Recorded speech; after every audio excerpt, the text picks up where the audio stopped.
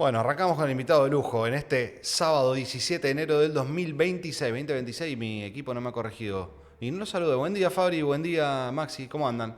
Mi equipo de tecnología, no son los operadores ni no, son los cráneos de tecnología que llevan el barco del teatro digital. Bueno, estamos acá en los estudios de Grupo Master con Oscar León, un amigo, un fotógrafo profesional que además vino para mostrar cosas, pero con quien vamos a hablar de fotografía profesional, nuevas tendencias y un poquito de historia y por supuesto todos me van a preguntar lo mismo. Che, deepfake, la nueva fotografía, la inteligencia, ¿cómo viene? Así que bueno, sin más ni más, para no gastar un minuto más de tiempo en mí, los saludo, Oscar. Gracias por estar con nosotros. Gracias por tener la valentía de venir y subirte al escenario y ser tiroteado acá en el Teatro Digital. Es un gusto, bueno, un privilegio poder estar acá con ustedes compartiendo este espacio, nuevo espacio, así que no lo conocía y la verdad que felicitaciones por tan hermoso espacio acá en Cipolletti y bueno, para la Patagonia. Bueno, excelente. Bueno, muchas gracias por venir.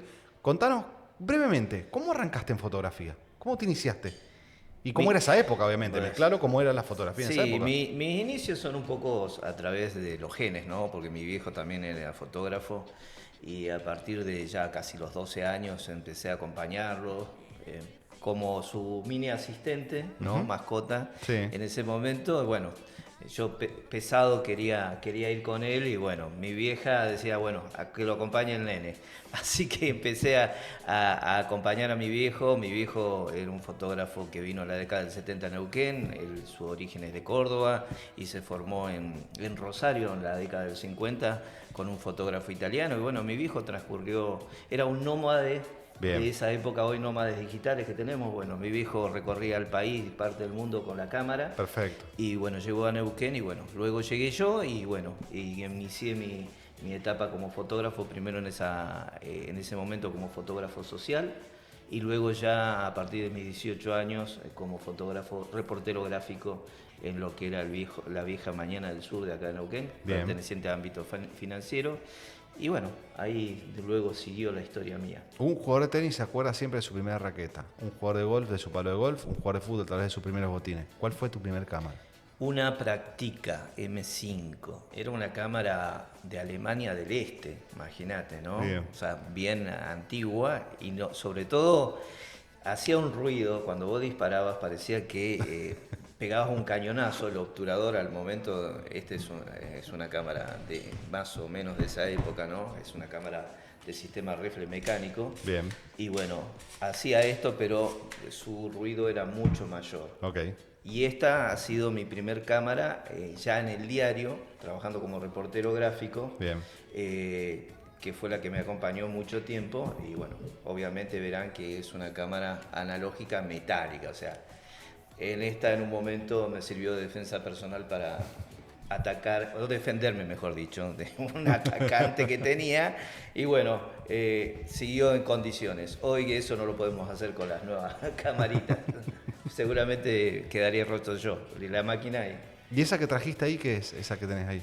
Esta es una cámara de video. Yo tengo una colección, soy coleccionista. Bien. Y tengo una colección de aproximadamente 70, 80 cámaras, que empezamos con fotos y después, bueno, seguí con video. Y esta es una Super 8 de la época. Y me pareció interesante traer esto porque hoy nos enfocamos obviamente en los celulares. Parece casi como de cine, ¿no? Tal cual, se usaba para cine. Esa cámara surgió entre los años 80 más o menos, mediados de los 80. Bien. Y tenía la particularidad que, bueno, ya no usaba baterías muy grandes. Era lo más compacto para la época. Bien. ¿No? Mirá cómo se usaba. Spielberg tenía una de estas que empezó a hacer su primera Super 8, un Bien. estilo similar. Bien. Y la verdad que la visión, mirar a través de ese visor, ese tipo de encuadre y demás, obviamente no tenías, el zoom era muy limitado. Te trae como nostalgia, ¿no? La mirás y hasta a mí me da como nostalgia. A mí me encanta no perder de vista lo antiguo, pero obviamente enfocado a las tecnologías de hoy. No soy un renegado de estos, digamos. A ver, a mí me pasó pasar los procesos. Imagínate, mi viejo fotógrafo, yo vi a él, lo vi y estuve en el laboratorio blanco y negro. Sí. En el diario cuando entré estábamos en un proceso del revelado blanco y negro. Nosotros hacíamos fotografías blanco y negro, después pasamos al color. Bien. Era muy loco porque estábamos hablando mediados de los 90. Y nosotros hicimos el proceso en el diario de pasar al color. Bien. Color eran únicamente para las tapas. Y entonces revelábamos químicamente. Y sobre el año 98-99 nos traen las primeras cámaras digitales, que eran un armatoste muy pesado, que pesaban 1,5 kilos más o menos, de Kodak, con Nikon, una mezcla muy rara, de 3 megas, 4 megas. Imagínate lo que hoy saca un celular, y en esa cámara era de nivel profesional y era carísima para ese momento. Y ahí también nos trajeron los primeros Photoshop. O sea, hoy cuando hablamos de la edición digital y demás, vos imaginate década del 99, casi 2000, el primer Photoshop que nos traen con unas computadoras muy primitivas, Sí. que para nosotros era una locura, ¿no? Una nave espacial. Pero el detalle es que de los 4 que estábamos trabajando ahí en fotografía, ninguno sabía inglés y el programa venía en inglés.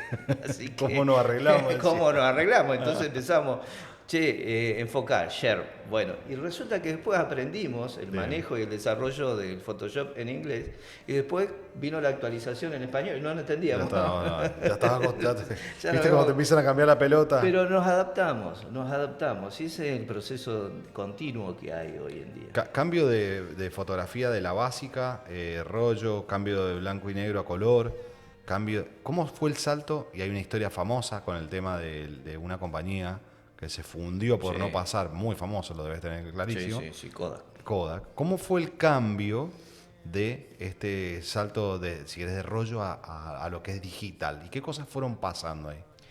Mira, yo creo que, en los fotógrafos tenemos algo muy en particular. Creo que hay varios gremios parecidos al nuestro, pero el nuestro es que somos muy egocéntricos e individualistas, porque estamos detrás de la cámara nosotros solos.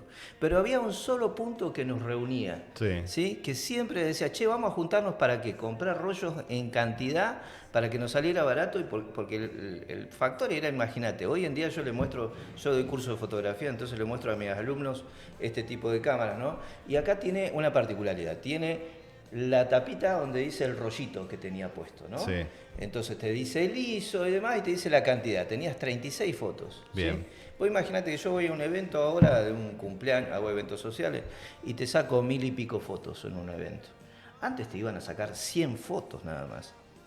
Cada foto valía oro, pero valía porque valía el rollo también. Sí. Entonces, el hecho de cuando llegó lo digital, para muchos, significó nuestra liberación de esos benditos rollos. ¿Sí? Ya no nos juntamos más para comprar rollos entre todos. Esas salas oscuras después para revelar, para los líquidos. Se ve mucho con nostalgia en las películas, se ve muy bonito, pero el olor a podrido que tenía ahí, con los químicos, había sobre todo los que hacían, por ejemplo, fotografía en sepia, se utilizaban unos reactivos, ¿no? Donde tenías, para generar ese color, generaba olores nauseabundos. Y luego el tema que era, la fotografía digital llegó a la democratización de la fotografía. Primero el proceso de cuando empezaron a aparecer esos Photolab, ¿no? Eran servicios que te revelaban express en 2 horas, 3 horas una foto, ¿no? Bien. Ya no dependías de alguien en particular. Que ibas, vos ponías el rollo ahí, te largaba la fotografía en esos expendedores automáticos. Okay. Y después con lo digital empezó que todos podíamos acceder a esto, ¿no es cierto? Lo democratizó, lo hizo extensivo a todo el mundo. Y ahí también empezaron los miedos, ¿no? Yo en esa época recuerdo claramente de que yo, por ejemplo, entro en el digital fuera del diario, ¿no? Porque era la máquina de ellos. Bien. Pero yo empiezo a laburar con una empresa, Repsol en ese momento. Bien. Y empiezo a hacer las fotografías institucionales, fotografías corporativas y demás. Iba al rollito. Y llega un momento que me dicen, Oscar, nos encanta tu laburo, pero necesitamos que sea digital ya. ¿Por qué? Porque escaneamos el trabajo. Y quiero que sea digital porque ya tienen que tenerlo en España. Okay. Esto va a España directo. Y bueno, tuve que invertir. Entonces tuve que meterme en el digital. Me costó bastante, porque sacrificar lo que podría ser la mitad de un auto de hoy en día. Sí, ¿no? Un auto, viajes, cosas que uno tiene que invertir en capital propio, Tal que lo tenés para otra cual. cosa. Pero eso me sirvió para crecer, porque ya tuve que enfocar el trabajo de otra forma. Ya no, antes yo vendía por fotos, ahí ya vendía por notas, vendía por cobertura, ¿no? El enfoque de laburo, porque vos antes vendías algo palpable y ahora vendías algo en digital, ¿no? Ese fue el cambio en los mediados del 2000. Bien. Y ahí yo inicio en ese momento del digital. Y muchos colegas lo veían como decían, no, esto no sirve, no va a seguir, nunca va a ser la calidad del analógico, del rollito, de las nostalgias, bla, bla, bla. Bien. El alma de... ¿sí? Bien. Que eso de lo del alma viene desde la época de cuando nace la fotografía en 1826 con Daguerre y Nips. Y en ese momento cuando presentan la fotografía, la primera discusión que hubo fue con los pintores.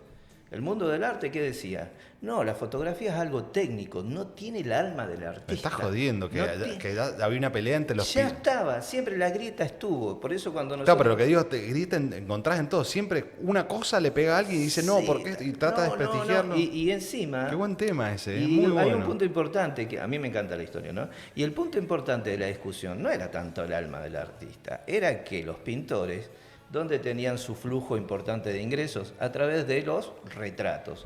¿Y a dónde apuntaba la fotografía? A los retratos. Entonces, vos no tenías que contratar al pintor y tenerlo 2 meses pagándole la cuotita para que te pintara tu cuadro, sino ya tenías a tu fotógrafo que venías express, ¿no? Entonces, siempre en estos procesos tecnológicos vamos a encontrar desde ese punto de vista del miedo y también del resquemor que salís de tu zona de confort, que vos estás acostumbrado a hacer un tipo de trabajo. Bien. Y querés seguir en eso, ¿no? Ahora trae oportunidades también eso, ¿no? Por supuesto, yo cuando entro en el mundo digital y empieza toda esta movida, Sí. ¿qué es lo que empiezo a dar? Clases de fotografía analógicas y digital. Bien. Muchos haters tuve en ese momento, colegas, ¿sí? Que me decían, no, vos estás avivando giles, pero nunca va a revolucionar esto, pero que estás vendiendo ta. ¿Qué pasó? Después empezaron todos a tener cámaras. Entonces, yo no puedo luchar contra el mercado, donde ese mercado también va a estar. Y aparte, el que compra esa cámara, y yo hoy doy clases, tengo 100 alumnos, de los 100, por ahí 90 son fototerapia. Bien. Por ahí tengo 10 que sí se van a dedicar a esto. Bien. Entonces no lo veo como un miedo. El Y resto es no, más, el resto es fotografía por hobby, porque quiero hacer algo porque le tenés gusta. 1000 cosas, ¿no? Hoy tenés tantas aristas en esto. Y en ese momento me pasó eso. Luego el segundo quiebre fue los smartphones, cámaras en los Bien, celulares. buen punto. ¿Qué me dijeron?